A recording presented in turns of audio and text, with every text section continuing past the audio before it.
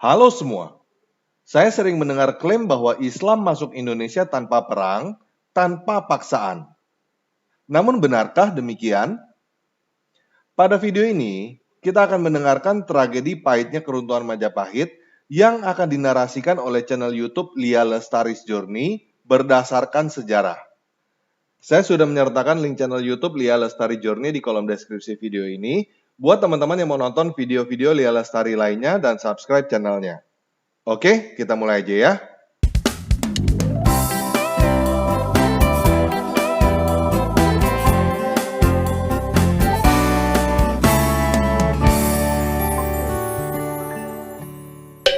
Pada abad ke-13 Masehi pernah berdiri sebuah kerajaan yang sangat besar dan sangat kaya. Kerajaan ini juga berhasil menyatukan seluruh wilayah Indonesia dan disebut-sebut berhasil menjadi poros maritim di Asia. Dia adalah Majapahit.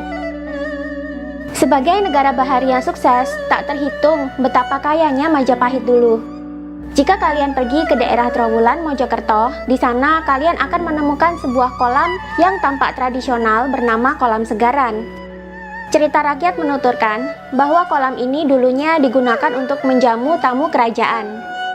Tamu-tamu kerajaan yang singgah dan menikmati perjamuan bersama para raja dan pemangku jabatan di keraton, selesai makan, piringnya tidak dicuci, melainkan langsung dibuang di kolam segaran. Dan piringnya itu bukan dari beling atau gerabah, melainkan dari emas. Ini dimaksud agar tamu negara terpukau dan segan akan kemakmuran kerajaan Majapahit tersebut. Sekarang kerajaan ini sudah tidak ada. Kita hanya bisa mengenang kerajaan ini dari nama dan beberapa peninggalan sejarah yang berhasil ditemukan. Bahkan Keraton Majapahit alias Istana Majapahit yang menjadi pusat pemerintahan kerajaan pun masih belum ditemukan di mana lokasinya sampai sekarang. Candi-candi yang berhasil ditemukan saat ini pun rata-rata terkubur beberapa meter di bawah tanah. Ada yang terkubur 10 meter, ada juga yang lebih. Mengapa bisa sampai terkubur segitu dalamnya ya?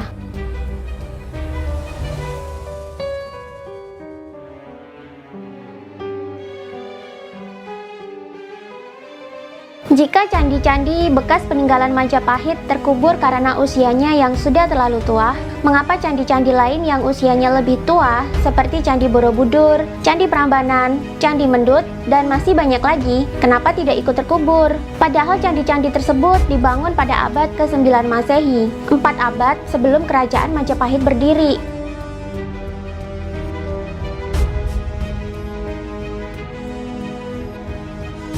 Sampai sekarang, hilangnya kerajaan terbesar di Nusantara yang namanya harum sampai ke benua Afrika dan Eropa sana masih menjadi misteri. Kebanyakan penemuan candi dan bekas peninggalan kerajaan Majapahit ditemukan dalam kondisi sudah terkubur, sehingga diperlukan penggalian untuk mengangkat dan merekonstruksinya. Informasi dan catatan sejarah untuk mengungkap Majapahit seolah putus di zaman Kerajaan Demak, kerajaan Islam yang berdiri setelah Majapahit hancur dan hilang tak bersisa.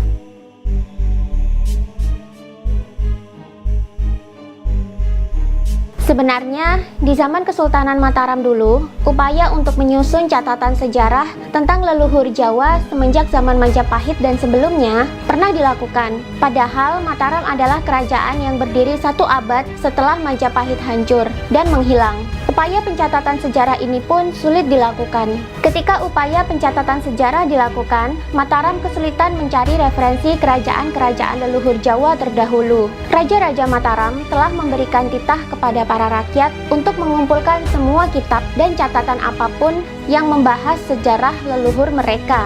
Tapi, kitab-kitab dan catatan sejarah yang terkumpul mentok di zaman Kerajaan Demak saja. Itu pun yang ditemukan kebanyakan kitab berbahasa Arab, kitab fikih, dan tajus Salatin.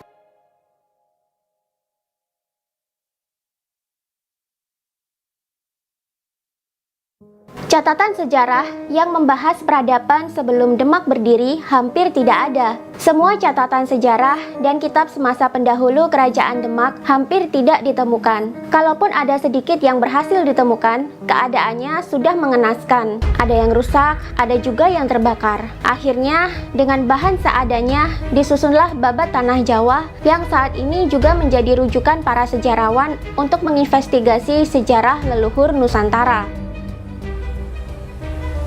Hilangnya kerajaan sebesar Majapahit tetap menjadi misteri sampai sekarang. Kisah kehancurannya pun ada beberapa versi dan masih menjadi perdebatan hangat hingga kini di kalangan sejarawan, arkeolog, dan rakyat. Kuat dugaan kerajaan Majapahit hancur tak bersisa karena dihancurkan oleh Sultan pemimpin kerajaan Demak pertama kali, Raden Patah. Padahal Raden Patah ini adalah putra kandung raja terakhir Majapahit yang sangat dimuliakan.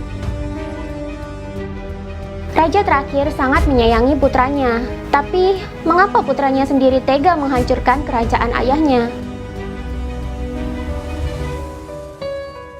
Salah satu literatur yang menceritakan kehancuran Majapahit juga bisa ditemukan dalam Darmo Gandul, sebuah karya sastra kuno yang berisi tembang dan gancaran atau prosa yang menceritakan dengan detail setiap detik-detik kehancuran Majapahit di tangan putra kandung sang raja. Mengapa sang putra mahkota tega menghancurkan kerajaan ayahnya sendiri? Perlu diketahui, sebelum kerajaan Majapahit hancur dan menghilang, agama Islam sudah masuk ke tanah Jawa, dan waktu itu Islam pun sudah terpecah menjadi dua, yakni radikal dan toleran. Islam radikal menginginkan berdirinya kekhalifahan Muslim di tanah Jawa, sedangkan Islam toleran berpandangan bahwa tak masalah hidup berdampingan dengan agama leluhur orang Jawa yang dianut oleh Majapahit. Dalam Darmo Gandul diceritakan detail bagaimana proses penganut Islam radikal ini mempengaruhi Raden Patah agar mau menghancurkan Majapahit, membunuh ayahnya yang bukan Islam, serta merebut tahta tanah Jawa demi berdirinya negara Islam yang berdaulat.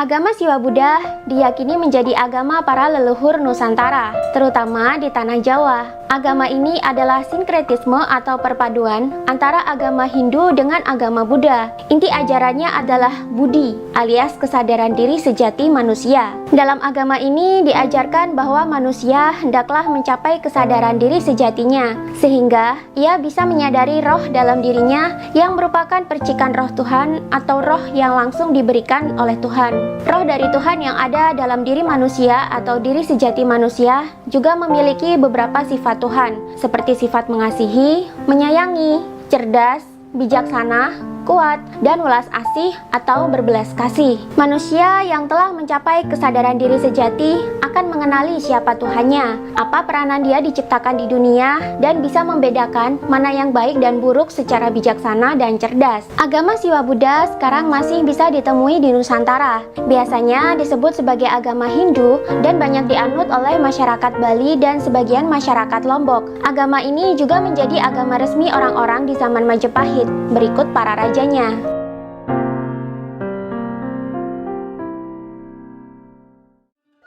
Ketika Raja Majapahit terakhir bertahta, yakni Prabu Brawijaya kelima, ia memiliki beberapa putra dan seorang permaisuri yang beragama Islam. Di zaman Prabu Brawijaya kelima bertahta, agama Islam sudah masuk ke tanah Jawa dan disebarkan oleh para ulama. Ulama-ulama ini dipimpin oleh 9 wali utama yang disebut sebagai Wali Songo. Dewan Wali Songo pada awal mulanya diketuai oleh Sunan Ampel di daerah Ampel Denta, Surabaya. Awal mula agama Islam disebarkan di tanah Jawa berlangsung toleran dan damai.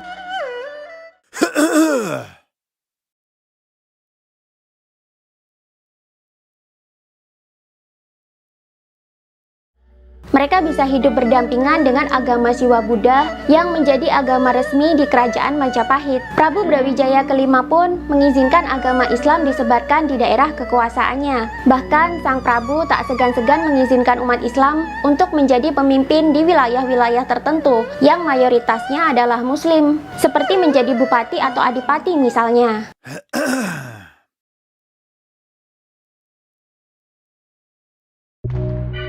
Putra kandung Prabu Brawijaya kelima pun, Raden Patah, juga menganut agama Islam. Ia diberi kemuliaan oleh ayahnya dengan diberi sebuah hutan di daerah pesisir utara Jawa Tengah yang bernama Hutan Bintara. Hutan ini boleh dibuka untuk diubah menjadi pemukiman warga dan Raden Patah dijadikan bupati atau adipati di sana. Di bawah kepemimpinan Raden Patah, Hutan Bintara bisa ia rubah jadi kota yang maju dan ramai bernama Demak. Soal agama, Raden Patah ini adalah murid dari Sunan Ampel. Selama belajar Islam, Raden Patah pernah bermaksud untuk menggulingkan ayahnya, sebab di dalam ajaran Islam tidak diperkenankan umat Islam dipimpin oleh pemimpin yang kafir.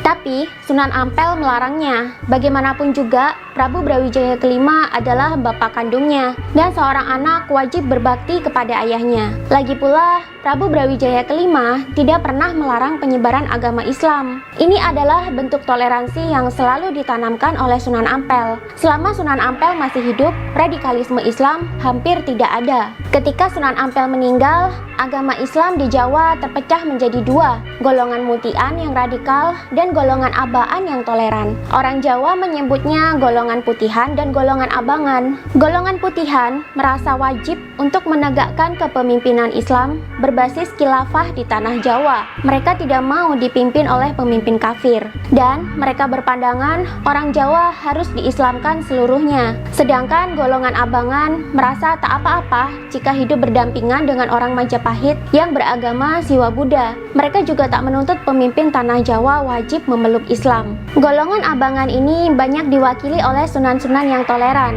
Salah satunya adalah Sunan Kalijaga. Setelah Sunan Ampel meninggal, muncul gerakan makar dari kabupaten di wilayah pesisir yang Islam, di mana di situ tercium gerakan untuk mendirikan kekhalifahan dan mereka mau melepaskan diri dari Majapahit. Gerakan makar ini diketahui oleh Prabu Brawijaya kelima. Prabu pun segera mengirimkan pasukan untuk menumpas gerakan makar ini. Pemimpin gerakan ini kocar-kacir dan melarikan diri menggunakan kapal laut. Sang Prabu segera mengirimkan surat kepada Raden Patah di Demak untuk memberitahukan bahwa telah terjadi gerakan makar oleh golongan Islam radikal, dan Raden Patah diminta menangkap dan menyerahkan mereka jika mereka melarikan diri ke Demak. Mengapa Sang Prabu curiga mereka bisa saja lari ke Demak? Karena Demak waktu itu menjadi kabupaten dengan basis Islam yang kuat. Tapi sayangnya, sebelum surat sampai ke Demak, para golongan radikal sudah lebih dulu sampai ke Demak dan menghasut Raden Patah. Mereka mengadu bahwa raja telah menyerang para ulama dan meminta Raden Patah untuk menggulingkan Majapahit dan membunuh ayahnya. Awal mulanya Raden Patah menolak. Ia bertanya, mengapa para ulama diserang? Jawabnya, karena tercium oleh pihak keraton Majapahit bahwa mereka sudah 3 tahun tidak membayar upeti ke istana dan ingin mendirikan kekhalifahan Islam sendiri. Tentu saja ini adalah pelanggaran berat bagi negara. Kabupaten yang tidak mau membayar upeti, apalagi akan melakukan makar, tentu bakal ditumpas oleh ayahnya. Menurut Raden Patah, yang dilakukan oleh ayahnya sudah benar, tapi para ulama radikal ini tidak terima. Mereka terus menghasut Raden Patah supaya mau menumpas kerajaan kafir tersebut. Bahkan Raden Patah diiming-imingi surga dan pahala berlimpah jika berhasil membunuh seorang kafir. Mereka juga memastikan Raden Patah bahwa ialah insan yang berhak memimpin tanah Jawa selanjutnya. Ayahnya selain kafir yang halal untuk dibunuh, juga sudah tua dan bungkuk, tidak bisa dijadikan pemimpin lagi. Atas bujuk rayu dan iming-iming surga yang panjang, Raden Patah akhirnya mau menyerang Majapahit dan membunuh ayahnya. Ia kemudian mengumpulkan seluruh bupati yang beragama Islam dan mengukuhkan diri sebagai raja baru di tanah Jawa. Kerajaan yang dia pimpin adalah Kerajaan Demak yang berbasiskan Islam. Ia kemudian juga menyeru para bupati untuk menyumbang pasukan untuk menyerang Majapahit dan membunuh rajanya yang kafir.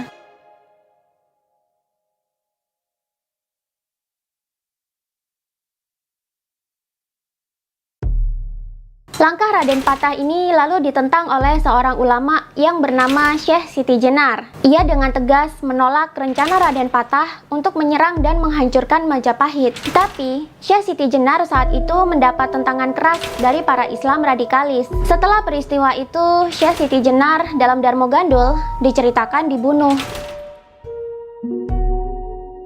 Akhirnya rencana Raden Patah pun dilaksanakan. Dengan iring-iringan 30.000 pasukan, ia berangkat menuju Majapahit untuk berperang. Rencana ini kemudian dibocorkan oleh Bupati Pati. Ia mengirimkan surat ke Keraton Majapahit dan menceritakan semua yang terjadi di Demak. Membaca isi surat tersebut, tentu saja Prabu Brawijaya kelima serasa bagaikan tersambar petir.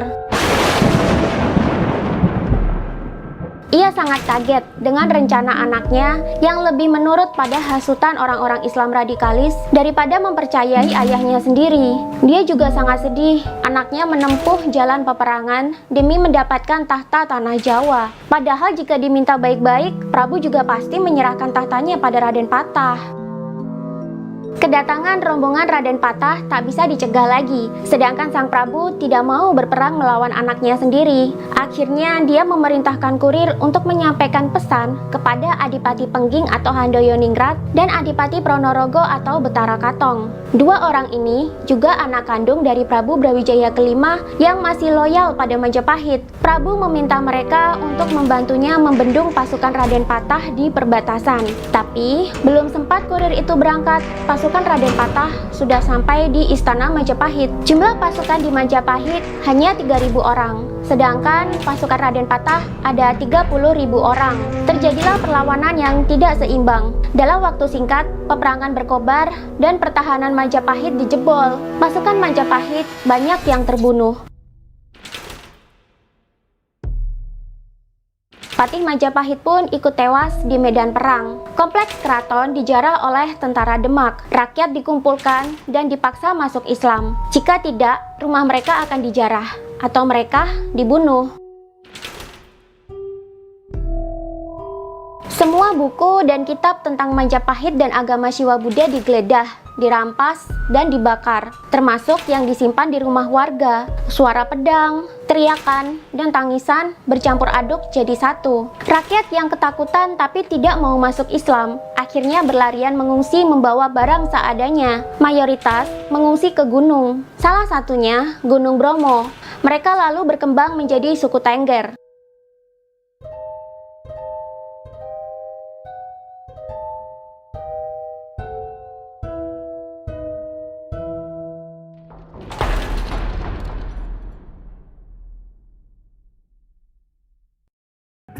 Dalam tragedi ini, Prabu Brawijaya kelima berhasil melarikan diri, ditemani oleh dua pendeta setianya, Sabdo Palon dan Noyo Genggong. Mereka bertiga melarikan diri ke ujung timur Pulau Jawa. Ketika pasukan Demak menggeledah istana, seisi istana sudah porak-poranda dan habis dijarah. Sang Prabu tidak ditemukan. Akhirnya istana tersebut diduduki oleh pasukan Demak dan Raden Patah berangkat ke Ampel Denta untuk mengabarkan kemenangan perang melawan kerajaan kafir kepada keluarga Sunan Ampel di sana. Sesampainya di kawasan rumah almarhum Sunan Ampel, Raden Patah segera menemui istri gurunya yang masih hidup tersebut. Dengan bangga ia mengabarkan telah menjadi khalifah di tanah Jawa dan berhasil memenangkan pertempuran melawan raja yang kafir.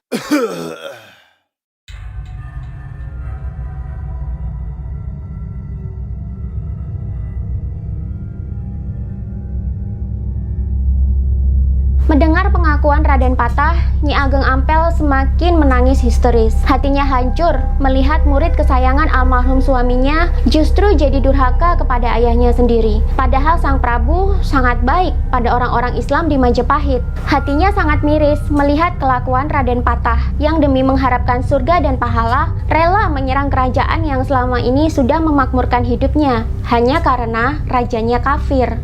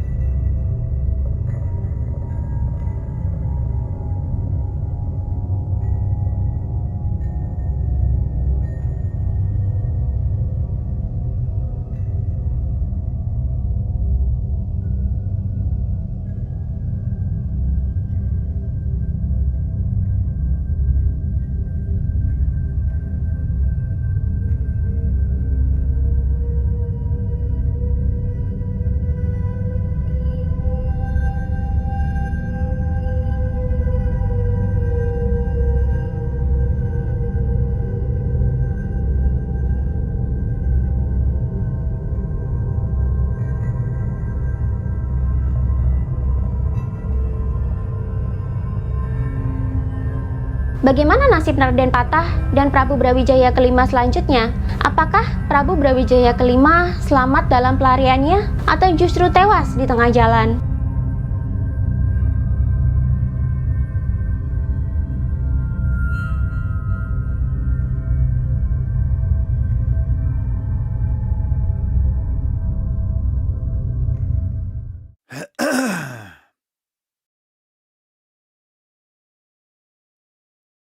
Kalau seandainya ada orang Nasrani, Yahudi, semua orang kafir yang mengatakan kepada Anda Islam dikembangkan, diekspansi dengan perubahan darah, katakan iya.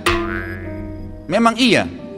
Karena banyak orang Islam, subhanallah, kayak orang yang ketakutan kalau dikatakan Islam itu disebarkan dengan pedang. Saya katakan ikhwah sekalian, memang Islam dikembangkan dengan pedang. Jihad itu dikumandangkan memang dari dulu. Ada pengembangan Islam dengan dakwah, ada pengembangan Islam dengan pedang. Nabi SAW menyerang Mekah itu dengan kekuatan memang. Sampai menaklukkan Mekah, akhirnya tersebar Islam di Mekah. Dan kalau tidak ada jihad pada saat itu, Mekah akan tetap jadi kota kafir. Jangan dilupakan sejarah itu.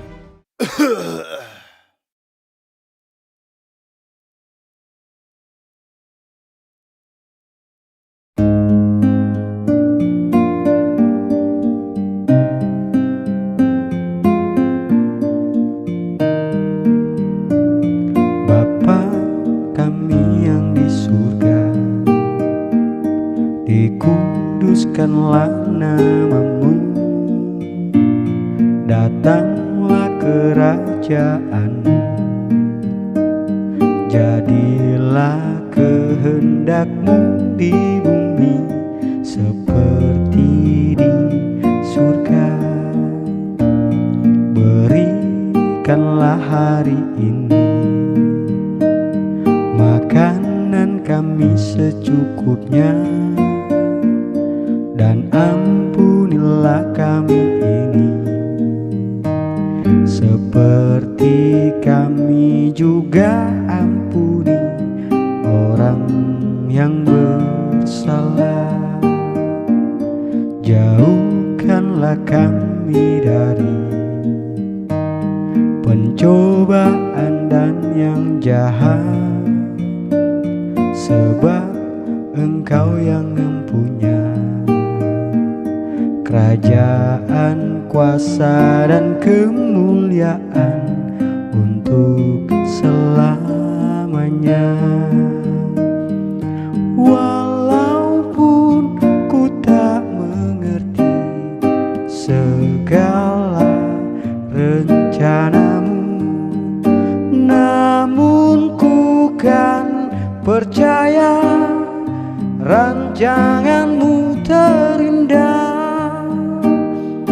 Walaupun ku tak mengerti segala rencanamu, namun ku kan percaya rancanganmu terindah. Rancanganmu